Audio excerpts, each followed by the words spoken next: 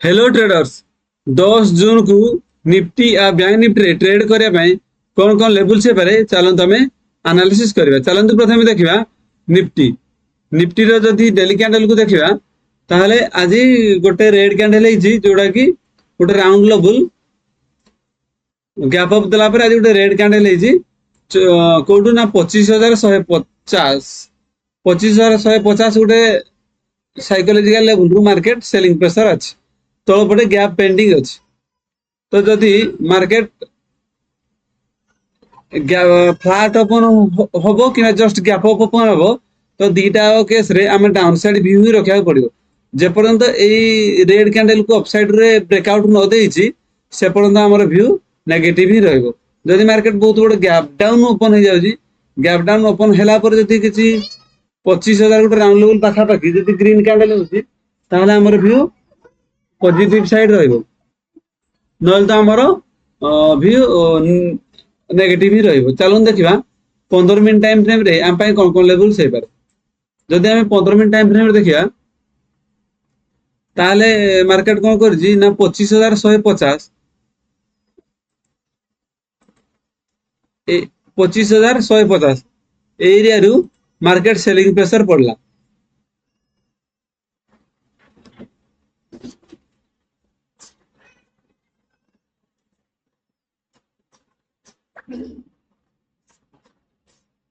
आ ऊपर जो हम ड्रॉ करछन ट्रेन लाइन ए ट्रेन लाइन को मार्केट रेजिस्टेंस फेस करी डाउन साइड आछि।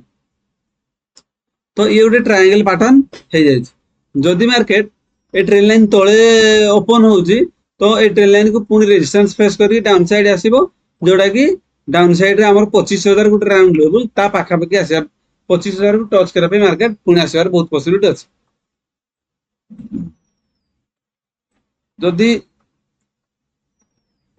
Market directly gap down open हो जाउची जोडा की 25000 पाखा पाखी एई पाखा पाखी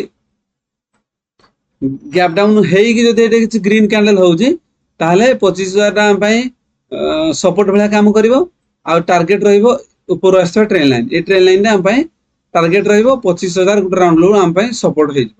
जदि ए एरिया रे डायरेक्ट जदि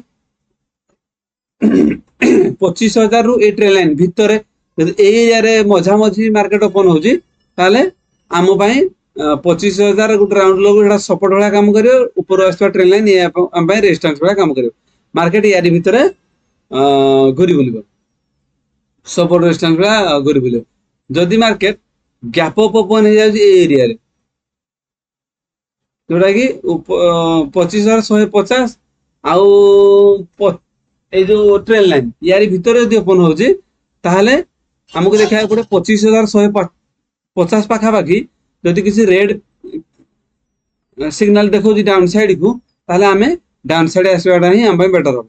जे पर्यंत 25150 को मार्केट अपसाइड रे ब्रेकआउट न देइची से पर्यंत व्यू हमरो पॉजिटिव रहइबो ना। जदि market directly gap up open हो जाउची 25150 ऊपर ताहले अपसाइड हमर व्यू रहइबो आउ रहइबो टारगेट हमरो 25200 अपसाइड। जदि डायरेक्ट 25150 ऊपर डायरेक्ट गैप अप ओपन हेगी गोटे ग्रीन कैंडल 5 मिनिट रो होउची ताहले अपसाइड व्यू रहइबो 25200 टारगेट हमर रहइबो।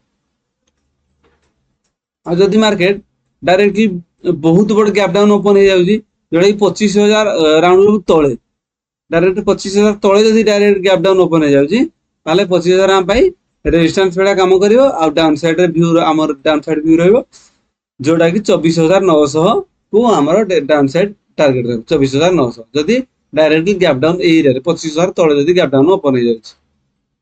चलन देखिबा बैंक निफ्टी। बैंक निफ्टी जदि हम डेली कैंडल को देखिबा ताहले एग्जैक्ट मार्केट टॉप रु गोटे रेड कैंडल हेइछ जोटा कि हमर 57000 गोटे राउंड लेवल सेई एरिया रु हमर सेलिंग प्रेशर आछि 57000 रु सेलिंग प्रेशर पड़े आज गोटे रेड कैंडल हेइछ। जदि मार्केट फ्लैट ओपन होउची नहीं तो जस्ट गैप अप भी ओपन होउची 50-60 पॉइंट गैप अप ओपन होउची तो दीटा केस रे हमर व्यू नेगेटिव साइड ही रहइबो। जे पर्यंत ए रेड कैंडल को अपसाइड ब्रेकआउट न देइछि से पर्यंत हमर व्यू पॉजिटिव रहइबो ना। जदि हम 15 मिनिट टाइम फ्रेम में देखिया मार्केट कोन करछि आज मार्केट एक्जाक्ट आमर 57,000 गोटे राउंड लेवल 57,000 गोटे राउंड लेवल रु मार्केट आज सेलिंग प्रेशर आस गोटे रेड कैंडल जदि मार्केट फ्लैट ओपन होची कि जस्ट गैप अप भी ओपन होची गैप अप ओपन होची तो दीटा केस रे फ्लैट गैप अप दीटा केस रे हमर व्यू नेगेटिव साइड ही रहइबो नेगेटिव रहइबो फ्लैट कि जस्ट गैप अप दीटा केस रे नेगेटिव रहइबो जदि मार्केट बहुत बड़ गैप डाउन ओपन हो जाउची गैप डाउन ओपन हेगी जदि किछि ग्रीन सिग्नल देखौची ताहले हमें अपसाइड जीवा नहले तो फ्लैट आउ जस्ट 50-100 पॉइंट जदि गैप अप हैला ए दीटा केस रे हमर डाउन साइड व्यू रहइबो जदि मार्केट डायरेक्टली बहुत बड़ गैप अप ओपन हेला 57,000 ऊपर 57,000 ऊपर जदि डायरेक्ट गैप अप ओपन हैला ताहले हमर व्यू पॉजिटिव साइड को ही ट्रेड करा पड़ो यही निफ्टी या बैंक निफ्टी ट्रेडिंग लेवल्स पाए वीडियो को लाइक और चैनल को सब्सक्राइब करूँ। Thank you.